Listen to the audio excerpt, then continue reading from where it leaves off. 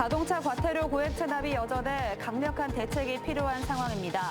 500만 원 이상 체납자가 청주에만 970명, 90억 원이 넘고 있습니다. 온라인 쇼핑몰에서 구매한 상품이 고장나 SNS 상담을 받을 때 주의가 필요합니다. 제조업체를 사칭한 SNS 채널에 사기 피해를 당할 수 있기 때문입니다. 충청권 광역철도가 개통되면 KTX 세종역 신설 명분이 상당 부분 약화될 전망입니다. 하지만 세종시는 여전히 KTX 세종역 추진 의지를 밝히고 있습니다. 충주역 주차장 조성 과정에서 마을 진출입로가 없어질 위기에 처하자 주민 반발이 컸지만 갈등이 봉합됐습니다. 차단기를 설치해 기존과 유사하게 다닐 수 있도록 하자는 주민 제안을 충주시가 받아들이기로 했습니다. 여러분 안녕하십니까. CJB 8시 뉴스 시작합니다. 자동차 주정차 위반이나 검사를 제때 받지 않으면 과태료가 부과되는데 과태료 미납이 더 이상 방치하기 곤란한 지경에 이르렀습니다. 500만 원 이상 체납을 한 경우가 청주에만 970명, 금액으로는 90억 원이 넘는다고 하는데요. 제도적인 허점이 있기 때문인데 이런 일종의 모럴 해저들을 막기 위한 강력한 대책이 필요해 보입니다. 홍우표 기자입니다. 구청 단속 차량이 자동차세를 상습적으로 내지 않은 차량의 번호판을 떼어냅니다. 자동차세는 지방세로 일정 수준 이상 체납을 하면 구청이 이렇게 번호판을 영치할 수 있는 강력한 수단을 갖고 있습니다. 그런데 자동차 주정차 위반, 검사 지연 같은 교통 관련 과태료의 경우 제약이 따릅니다. 재산 상태를 알 수 있는 가택수색은 법적으로 불가능하고 현장 방문을 통한 독촉이 대부분인 것입니다. 사정이 이렇다 보니 A 법인의 경우 157건의 위반에 3,200만 원을 체납했고 B 법인은 48건에 2,900만 원을 내지 않고 버티고 있습니다. 청주시의 경우 500만 원 이상 기준 고액 체납자는 970여 명, 체납액은 90여억 원으로 전체 체납액 315억 원의 30% 가까이를 차지하고 있습니다. 대포차, 서로 차주인이 아니라고 우기는 데다 여기저기 돌아다니는 체납 차량을 찾기도 쉽지 않은 노릇입니다. 지방세 체납 목표 징수율이 50%라면 교통 관련 과태료는 10%에 그칠 수밖에 없는 이유가 있는 것입니다. 세금하고는 틀리게 그 가택수색이나 이런 부분에서 한계가 있습니다. 그 법에 법률적으로 뒷받침이 안 돼가지고 그냥 별도로 해서 현장 방문을 해서 독려하는. 청주시는 500만 원 이상의 교통 관련 고액 체납자 가운데 일단 60명을 선정해 집중 징수 활동을 벌이기로 했습니다. 이를 통해 체납 납부율을 2배 이상 끌어올리는 것을 목표로 삼고 있습니다. 이런 징수 대책이 실효성을 갖추기 위해서는 무엇보다 운전자들의 모럴 해저들을 막을 수 있는 강력한 법적 제도적 장치 마련이 뒷받침될 필요가 있습니다. CJB 홍우표입니다. 온라인 쇼핑몰에서 구매한 상품이 고장나 AS를 맡기려 할 때 상품 제조업체 SNS 채널을 통한 온라인 상담을 안내하는 경우가 있는데 주의하셔야겠습니다. 제조업체를 사칭한 SNS 채널에 사기 피해를 당할 수 있기 때문인데요. 쇼핑몰과 제조업체 배상 책임을 묻는 것도 쉽지 않다고 합니다. 진기웅 기자입니다. 지난 2021년 7월 A씨는 온라인 쇼핑몰을 통해 TV를 구매했습니다. 2년도 안 돼 TV가 고장났고 쇼핑몰에 안내된 AS 방법에 따라 제조업체의 SNS 채널로 온라인 상담을 진행했습니다. 새 상품을 재구입하고 고장난 기존 제품을 반품하자는 안내에 따라 새 상품 가격 47만 원을 입금한 A씨. 하지만 부가세를 핑계로 전산 처리가 되지 않는다며 거듭 재송금 요구가 이어졌고 188만 원까지 입금한 뒤에도 재차 송금을 요구하자 A씨는 사기임을 알아차렸습니다.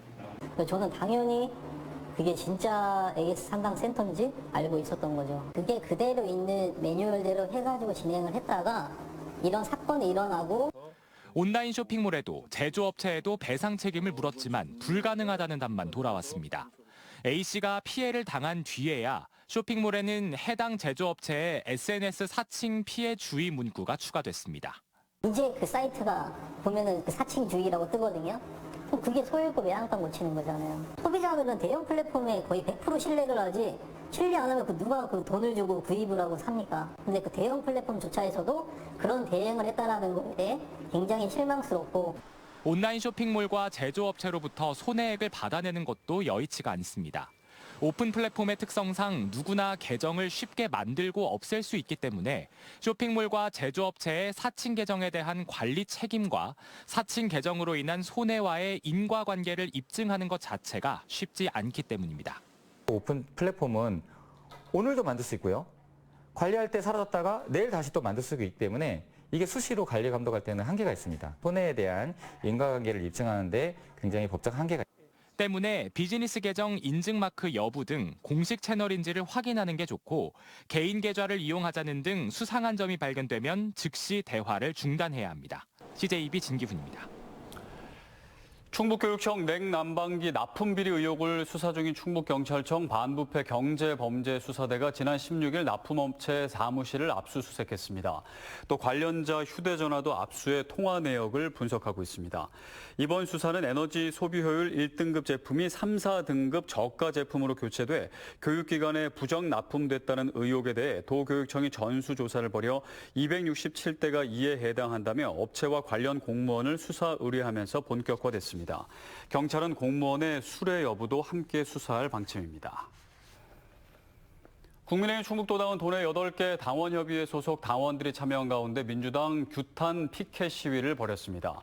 국민의힘은 국회 절대다수 의석을 차지한 민주당의 4번의 체포동의안 부결은 내로남불, 비리 비호의 극치이며 대중국 외교는 굴욕적이라고 비판했습니다.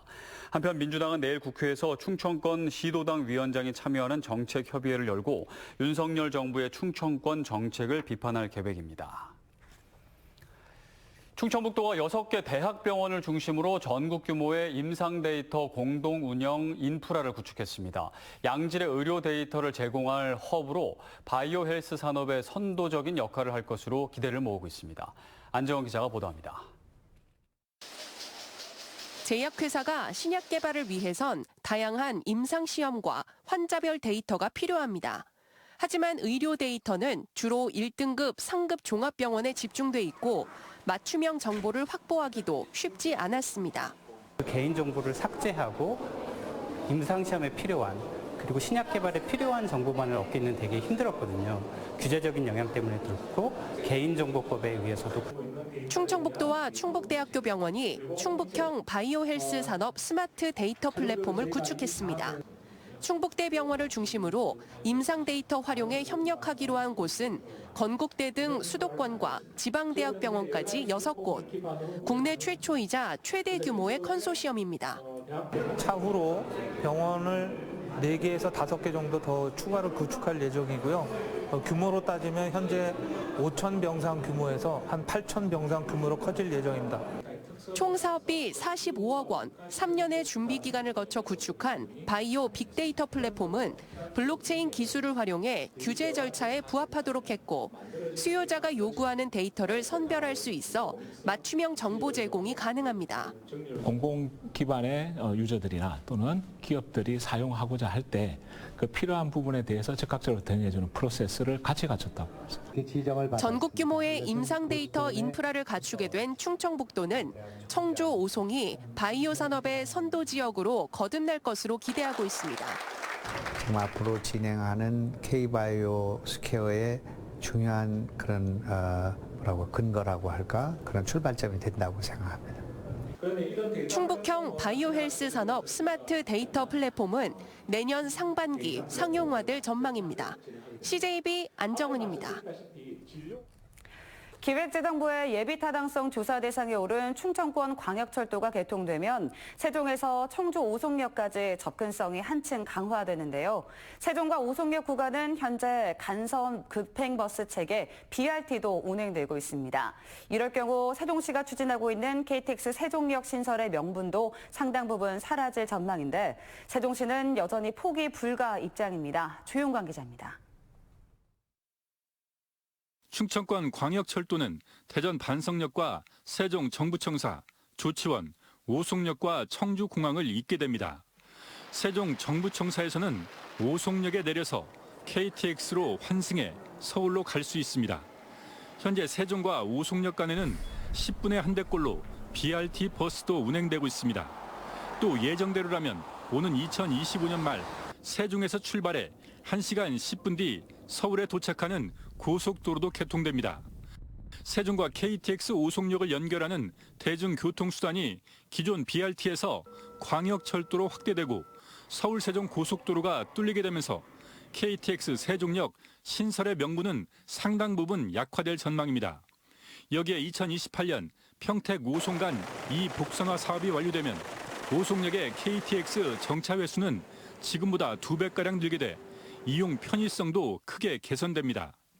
점점 서울하고 세종의 접근성은 좋아지고 있습니다. 그렇기 때문에 교통 접근성 측면에서만 본다면은 세종역을 계속 주장할 만한 당위성은 점점 약해진다고 볼 수 있죠. 하지만 두 번째 자체 사전 타당성 조사를 진행 중인 세종시는 세종역 지속 추진 의지를 밝히고 있습니다. 이전보다 인구가 늘었고 대통령 제2집무실이나 국회 세종의사당 설치 등을 반영하면 경제성이 올라갈 것이라며 국토부에 다시 건의하는 방안을 추진하겠다고 밝혔습니다. 단순히 오송역에서 왔다 갔다 불편하기 때문에 저희가 세종역을 만들려고 하는 게 아니라 유성구 쪽이나 공주, 남부, 남서구 쪽은 사실 세종역 생기면은 이쪽이 더 활용 가능성이 더 높아서 충청북도는 향후 광역철도 비용 분담 문제나 2027 세계 하계 대학 경기대회 등 세종시와의 협력을 고려해 말을 아끼면서도 세종역 신설은 이젠 더더욱 설득력을 잃게 됐다고 전망했습니다. CJB 조윤광입니다.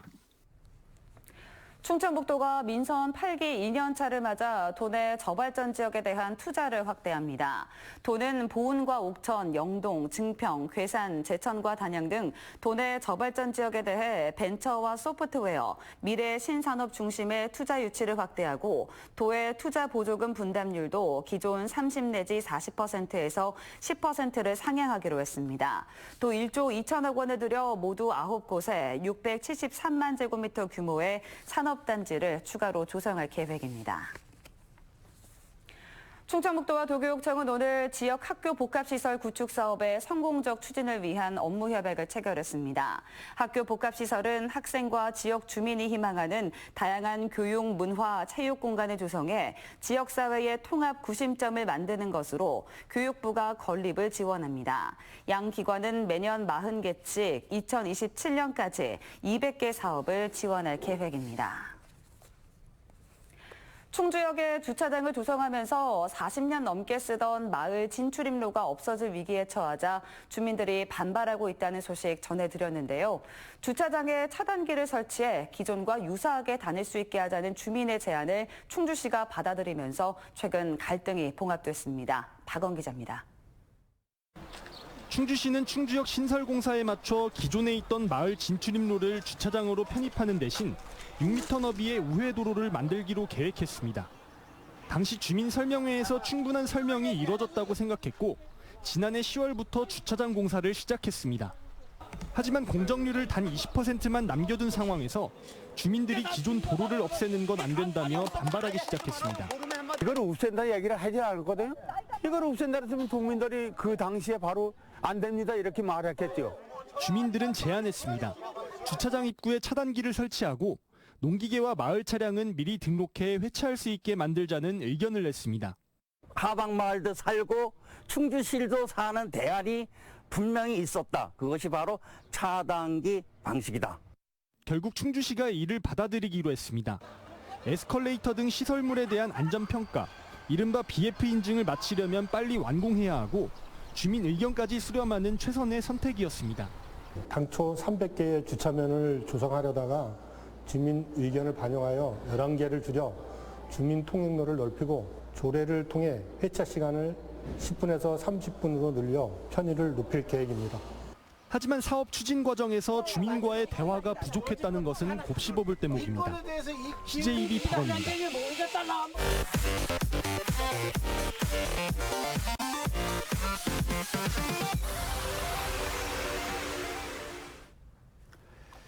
청주 지역 외식 물가가 최근 1년 사이 14% 이상 오른 것으로 나타났습니다. 청주시와 한국여성소비자연합 청주지부가 청주 지역 음식점 1,200여 곳을 조사한 결과 돼지고기 삼겹살이 37.5%로 가장 많이 올랐고 순두부 백반이 0.5%로 가장 낮은 상승률을 기록했습니다.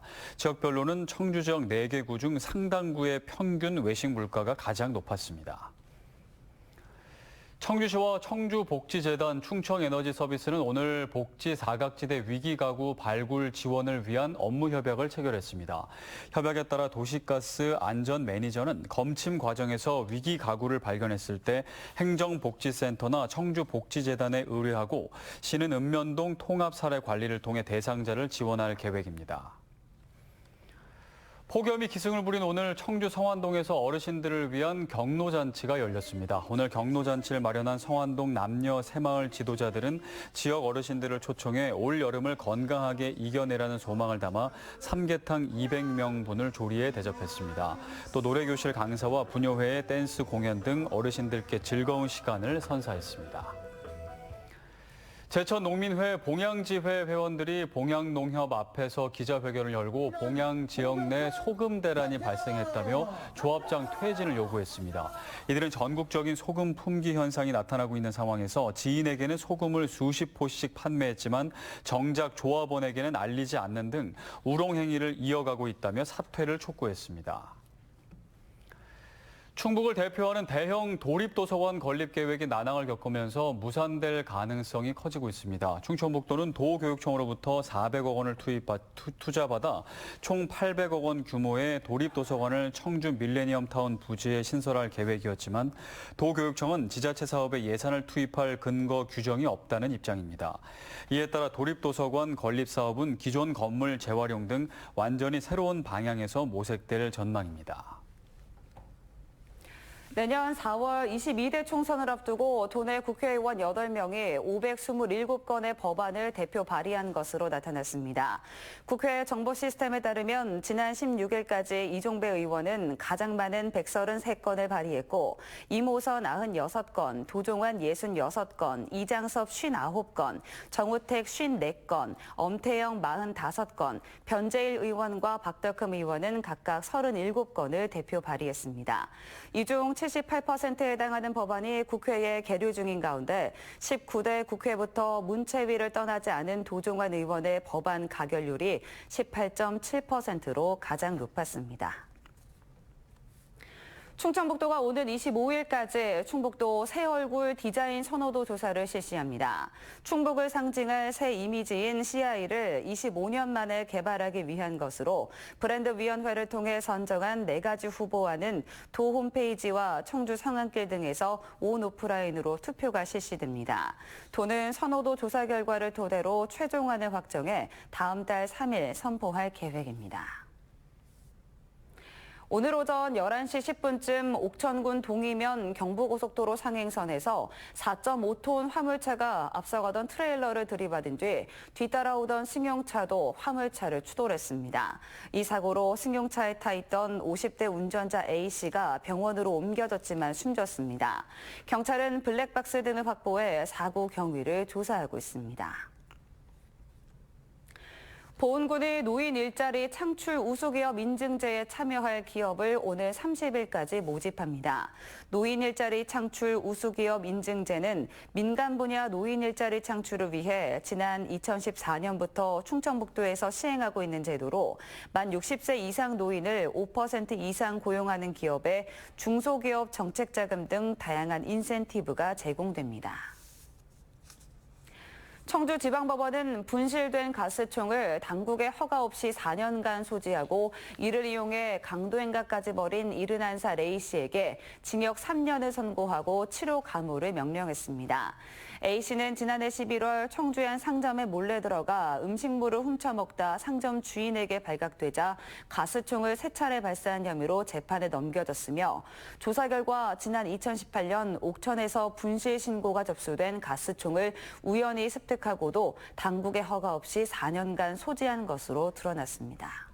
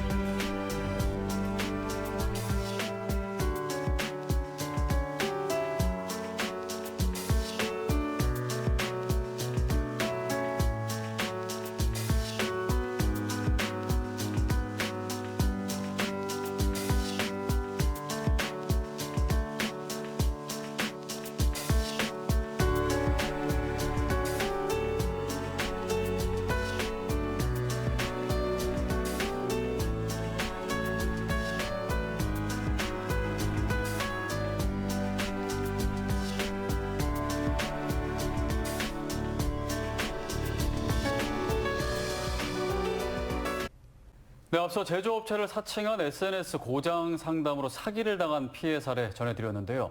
이런 사이버 사기는 날로 진화하고 있어서 그 수법을 예상하는 것이 쉽지 않습니다. 무엇보다 한 번 더 의심하고 한 번 더 확인하는 것이 가장 중요할 텐데요.